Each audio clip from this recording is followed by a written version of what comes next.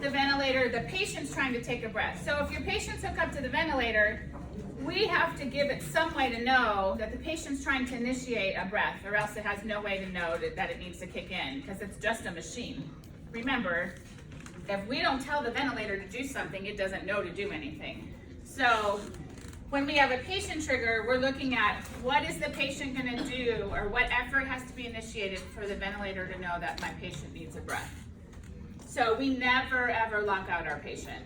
So they are always able to initiate a breath, no matter what mode they're in. That's something that people get confused with. They think either we're ventilating the patient, they're not going to be breathing at all. That's not true. And we're never not going to give them the opportunity to be able to trigger their own breath. So there's two ways. We have pressure trigger. So this trigger can be pressure or flow. So within the patient trigger, we can have pressure trigger or flow trigger.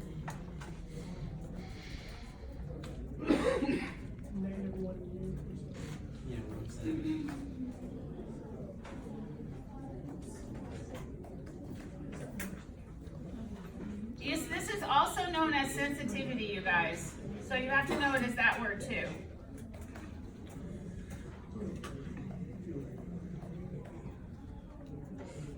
This is very important because if this is not set properly, my patient can't trigger a breath at all, or the ventilator will trigger too much because I've made it too sensitive. So you got to be careful. I'm going to tell you now, and you'll learn why, that the flow trigger is the preferred. So that's the one we're going to, and once my markers are not dried out, I'll fix that. Pressure trigger is the same kind of triggering that was on the IPPB. It had that little knob on the side for sensitivity. Remember, this is also called sensitivity. So you're saying, like, let's look at this as a dial. And this is 0. And this is 1. And this is -1, -2, -3, -4, whatever. In pressure triggering, we're saying we want the patient to generate so much negative pressure, because that's what they'll be using, because it's their breath. So it's not going to be a positive breath, it will be a negative breath. How much negative pressure does the patient need to generate before the ventilator will kick in and say, oh, the patient wants a breath, let me give it to them? The normal is -1 to -2. -1 to -2. Yep. I remember it was like -1 UN or U. It's -1 to -2. It's actually centimeters of water for this one. Yeah. And we can tell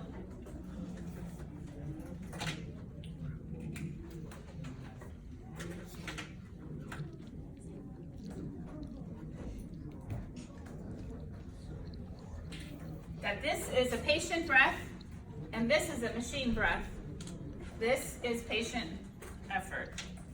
When I see negative, that's my patient effort.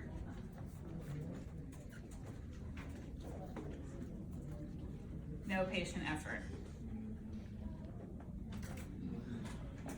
So when it goes all positive, it's all machine, all ventilator. When we see a negative deflection, that means that my patient triggered that breath. It doesn't mean that it's their only breath. It means that they triggered it. They took the initiation, and then the ventilator probably kicked in, gave it to them. Now, what if I set this at -4? That means my patient has to go all the way back to -4. If I put it at -5, they have to go all the way back to -5. So that's not sensitive enough. That means my patient could never get an effort. And you'll see that in your patient because they'll be just like sucking in, like their chest will go in because they're trying to get a breath, but they can't because they're having to try to generate all this negative pressure. Does that make sense to everybody? Okay. But now, what if I make it minus a half? It'll just go nonstop. So you can make it too sensitive. So let's see. So if we would go like -5, that's not good. So if we went like -5 would be not sensitive enough.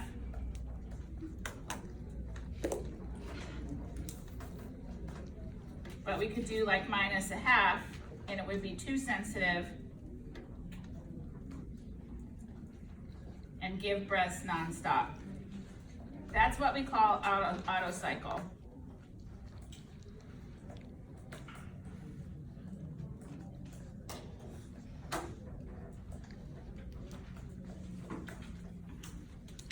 And the ventilator just goes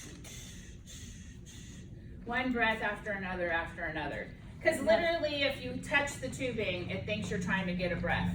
And that's called auto. Auto cycle, And it's only whenever it's too sensitive. correct. Okay. Our ventilators here do that.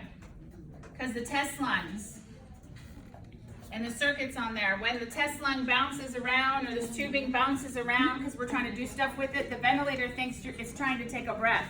That piece of plastic is trying to take a breath, which it's not. So here in the lab, you guys, you need to turn your sensitivity to like -5 or -6 so that it doesn't auto cycle.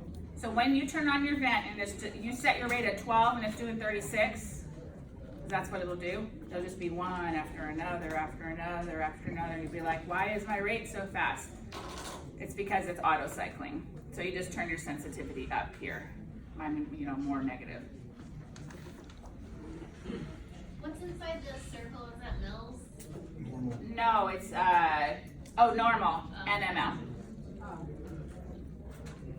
I just put normal NML is -1 to -2, yes. When you first started the lecture, you said that if it wasn't set properly, the patient can't trigger breath or too many breaths. Correct. Okay, so flow trigger now, on the other hand, instead of sensing a drop in pressure, it's going to sense a drop in flow.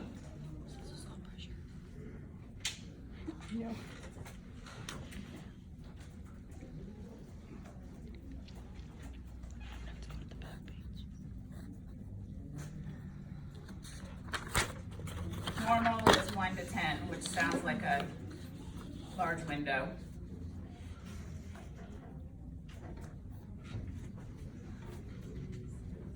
And I'll explain how that works in a moment. What does it say on your A drop in flow.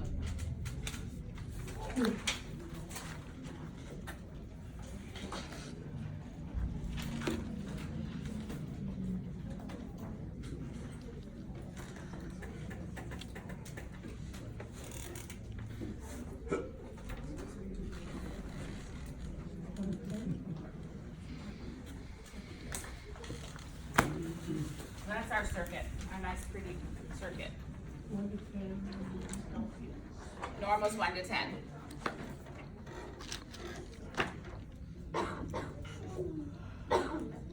In flow triggering, there's a constant flow in the circuit on the exhalation side, also known as bias flow, which you probably saw in your homework. You didn't know what it was.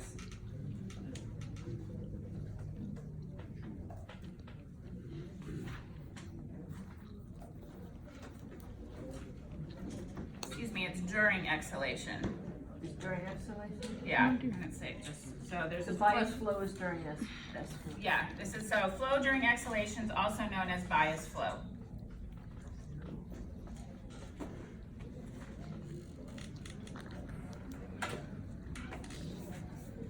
And once you're done writing, I'll explain how this works.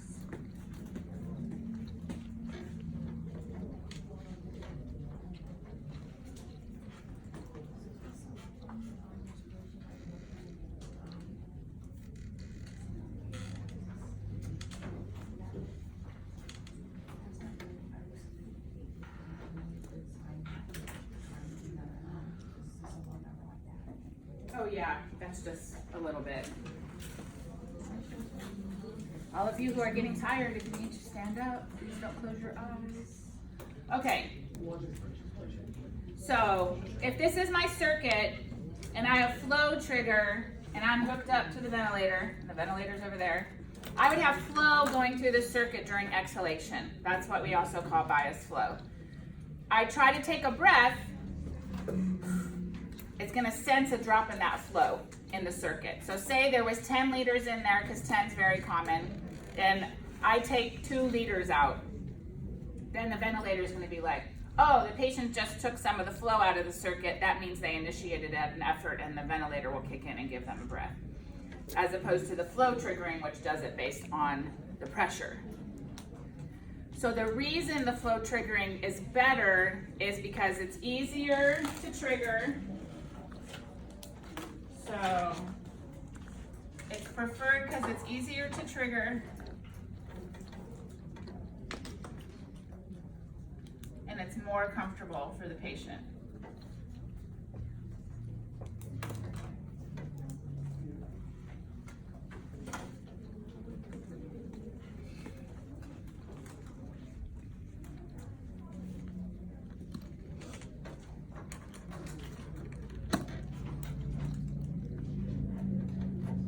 If we're doing pressure trigger, I'm hooked up to the ventilator.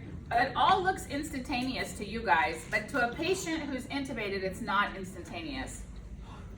So pressure triggering, unless you have an external pressure sensor, which none of our vents here do, your patient has to trigger all the way through the circuit, all the way back to the ventilator, for the ventilator to sense, oh yeah, there's a drop in pressure, the patient wants a breath, let me give them one, and then sends it back.